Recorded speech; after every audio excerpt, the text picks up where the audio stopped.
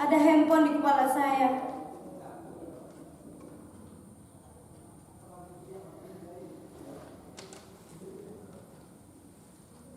Setiap malam,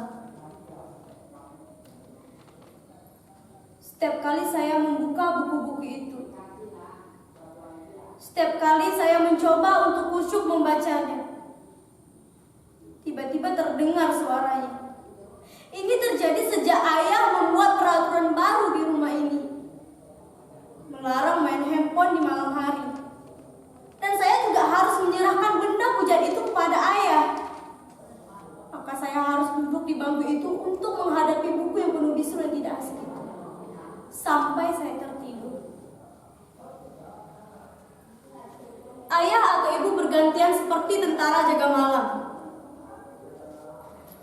akan datang setiap 1 jam sekali untuk memastikan saya masih membaca sebelum pukul 10 atau 11 malam, waktu saya untuk tidur.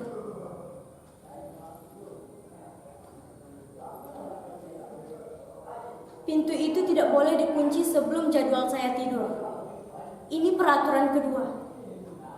Sebentar lagi, sekitar 15 atau 20 menit lagi, salah satu dari mereka akan datang ke kamar ini untuk patroli.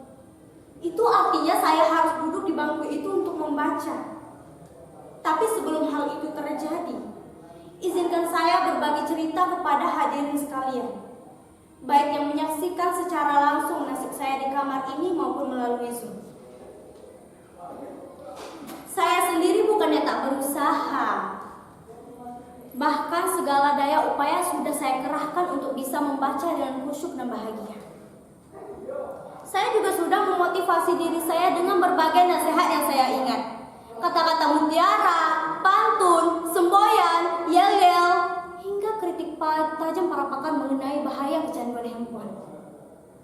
Tetapi herannya, hal-hal yang sering dilakukan orang untuk memotivasi diri tak juga membesarkan gairah dan semangat saya untuk membaca. Kalaupun berhasil, itu hanya bertahan sekitar 10-15 menit saja, lalu menguap lagi. Sedangkan kritik tajam para pakar itu tak sama sekali mengurangi rasa kerinduan saya untuk dekat dan bersama dengan handphone. Kalau saja mengubah diri dilakukan serenyah ceramah Mario Teguh, mungkin saya tidak akan menderita seperti ini. Apa? Saudara-saudara tak percaya bahwa saya menderita? Apa tak terlihat beban derita itu di wajah saya ini? Di sorotan mata saya, di getaran suara saya, di seluruh tubuh saya ini bukan acting seperti dalam pertunjukan menolong anak-anak SMA itu loh. Ini real, nyata. Saya memang sedang menderita.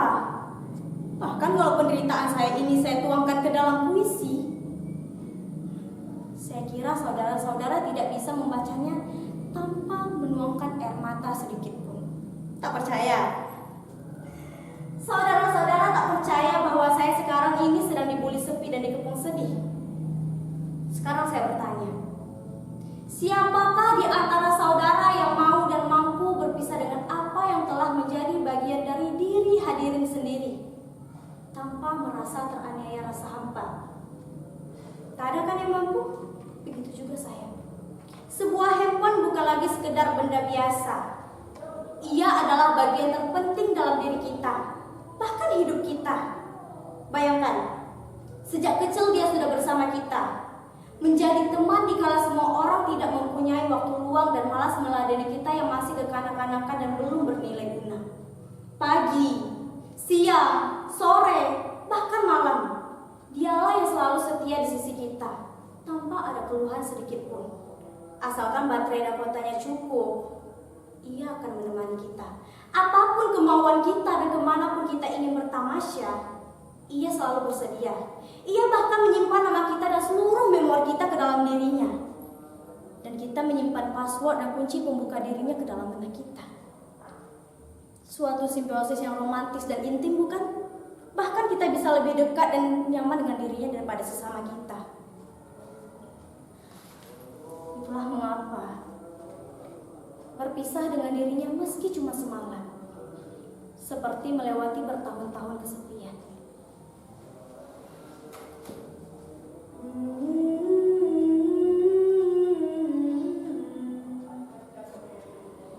Oh handphoneku,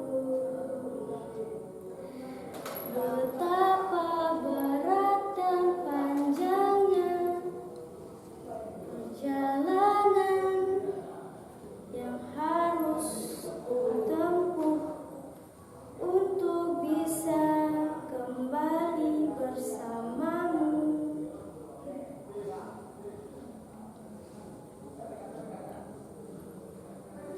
Sejak pertama saya mengerti membaca dan menulis, saya sudah menulis nama saya ke dalam dirinya. A R R A Y A N. Saya memang sempat berganti-ganti partner dari satu handphone ke handphone lainnya. Tapi apapun jenis mereka, sikap mereka akan tetap sama, menemani dan melayani kita. Bahkan semakin istimewa dan semakin besar mereka melayani kita. Coba bandingkan kesetiaan dan konsisten mereka dengan kita. Berganti partner, berganti pula sikap dan kebiasaannya. Apalagi berganti pimpinan, bisa menjadi baik atau malah menjadi anjlok. Maaf, saya agak ngelantur. Maklumlah, orang kalau diterkam sepi dan rindu, suka melayang-layang pikirannya. Jadi bagaimana? Sudah jelas bahwa saya menderita. Saya menderita bukan karena berpisah dengan dirinya saja, tapi karena saya dihadapi oleh dua keadaan secara bersamaan. Di satu sisi saya tahu, ayah dan ibu bertujuan baik pada saya. Mereka ingin saya berprestasi dan maju di studi. Itulah mengapa mereka membuat peraturan 12 jam tanpa handphone.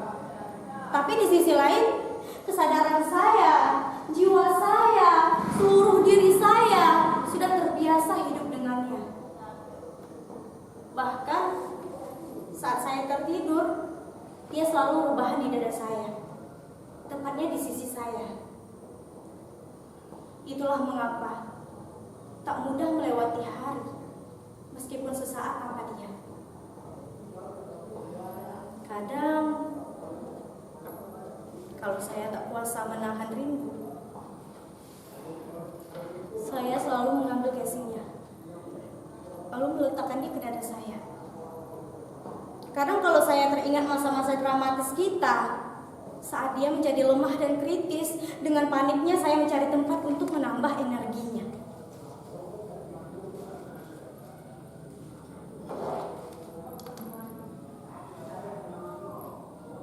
Tak ada yang lebih membahagiakan selain mendengar suara renyah dan riangnya.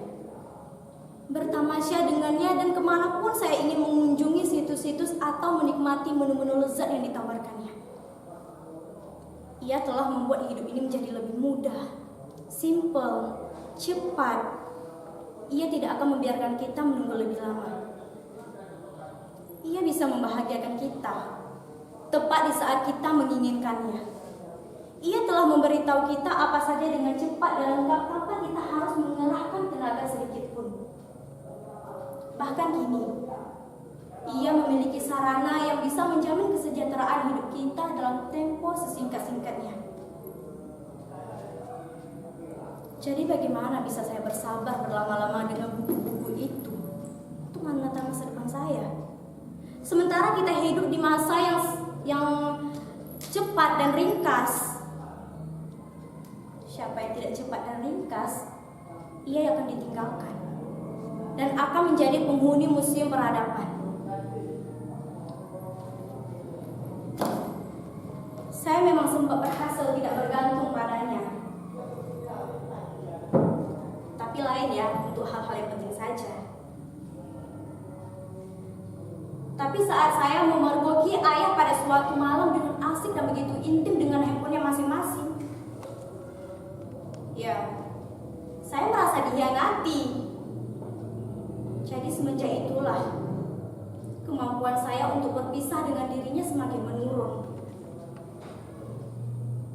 Bahkan kini, ia ada di kepala saya, menjadi denyut di dalam jantung saya. Saya sudah benar-benar mencintainya.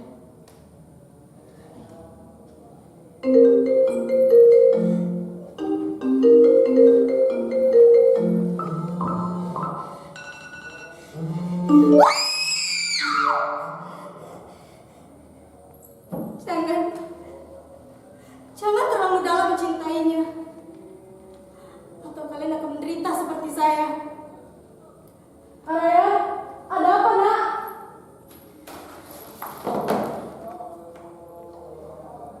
Begitu berat dan panjangnya jalan. Tapi inilah yang harus aku lakukan untuk bisa mendapatkan kelahiranku kembali.